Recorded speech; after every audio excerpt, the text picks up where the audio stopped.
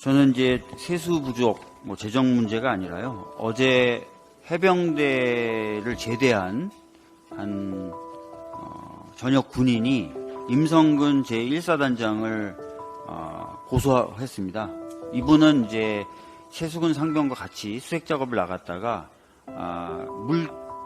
물에 휩쓸려가지고 떠내려가다 간신히 살아나신 분이거든요. 이분이 이제 임성근 사단장을 고소하면서 입장문을 좀 내셨어요.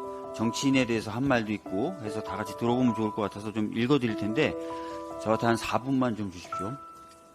필승, 해병대 제1사단 포병여단 제7포병대대에서 복무하였고 2023년 10월 24일자로 만기 전역을 명받은 해병입니다.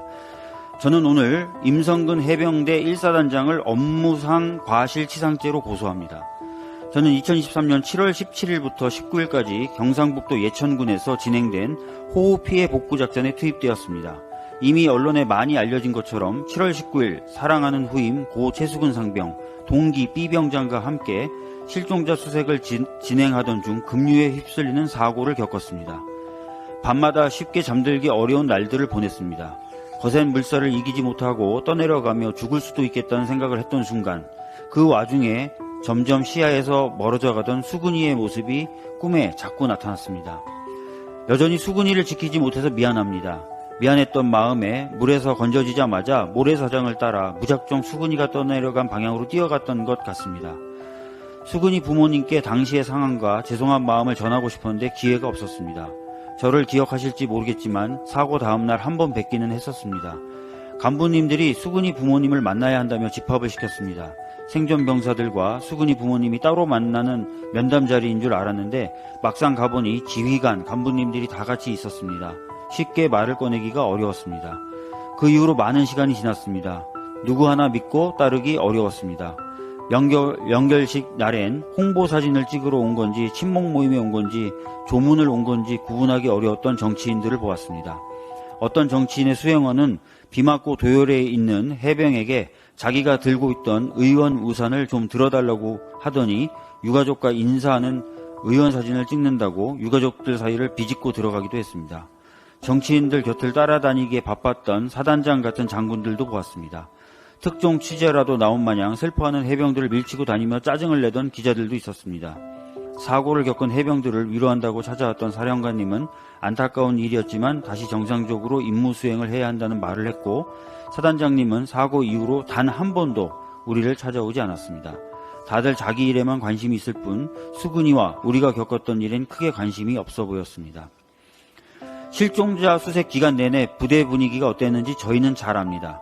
사단장님이 화가 많이 났다고 그랬고 간부님들은 다들 압박감을 느끼는 듯 보였습니다. 물에 들어가라는 지시도 안전엔 관심이 없이 복장과 군인 자세만 강조하는 지시들도 사실 별로 놀랍지 않았습니다. 평소 부대에서 사단장님이 보여주던 전형적인 모습이었기 때문입니다. 물속에서 실종자를 찾을 수 없는 상황이라는 걸 다들 알고 있었지만 위에서 시키니까 어쩔 수 없이 들어갔습니다. 수색이 보여주기식이라는 걸 모르는 사람은 없었습니다. 이러다 사고 나면 어쩌지라는 생각을 하는 사람들이 이미 많았습니다. 그러다 결국 사고가 났습니다. 수근이 연결식 이후 대대장님이 보직 해임되었습니다. 자신이 책임져야 할 일은 책임질 것이라고 약속하며 저희들을 챙겨주던 중대장님도 얼마 전 다른 분으로 교체되었습니다. 이건 아닌 것 같았습니다. 꼬리 자르기라는 생각이 들었기 때문입니다. 화가 났습니다. 하지만 병사인 저는 할 수 있는 일이 없었습니다. 힘들었지만 군 병원이나 부대에서 하는 상담을 받고 싶진 않았습니다. 제가 상담하거나 진료본 내용이 사단장에게 보고될 것 같았습니다. 어떻게든 책임을 피하려는 사단장님의 입김이 닿는 곳에다 제가 겪은 일을 믿고 말할 수는 없었습니다. 1년 6개월 전 부모님의 만류에도 제 의지로 해병대의 길을 택했습니다. 복무하는 동안에도 해병대라는 자부심이 컸습니다. 주변 친구들에게 해병대 입대를 권유하기도 했었습니다. 하지만 이제는 아닙니다. 제가 자랑스럽게 여겼던 해병대는 허상이었을까요? 3개월간 너무 많이 실망했습니다. 보여주기식 작전을 하다가 부하를 잃었는데 잘못을 회피하기에 급급한 윗사람들을 보며 끈끈한 전우회란 다 말뿐인 거란 걸 알았습니다. 언론에서 연일 박정훈 수사단장님이 겪고 있는 일과 같은 이해할 수 없는 일들이 벌어지는 걸 봤습니다. 사단장 한 사람 지키기 위해 수근이와 저희가 겪은 일을 책임져야 할 윗사람들은 책임지지 않고 현장에서 해병들이 물에 들어가는 것을 걱정하던 사람들만 처벌받게 되는 과정도 보고 있습니다. 저녁을 앞두고 지긋지긋한 시간을 보내며 많이 고민했습니다. 사고의 당사자로서, 사고의 전말을 잘 알고 있는 사람으로서 그냥 지나치기가 어려웠습니다. 제가 할 수 있는 일을 해야겠다고 결심한 이유입니다. 이제 저와 제 전우들이 겪을 필요 없었던 피해와 세상을 떠난 수근이의 돌이킬 수 없는 피해에 대해 정당한 책임을 물을 것입니다. 그래서 오늘 임성근 해병대 1사단장을 업무상 과실치상죄로 공수처에 고소합니다.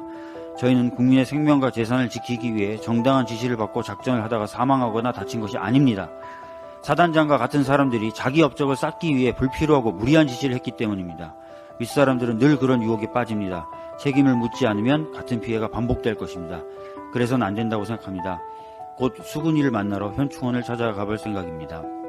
수근이 앞에서 우리나라가 당당한 나라일 수 있기를 해병대가 떳떳할 수 있는 조직이길 바랍니다. 저도 그런 사람일 수 있도록 노력하겠습니다. 라고 되어 있습니다. 해병대 1사단장 지키기 위해서 많은 사람이 다치고 있습니다.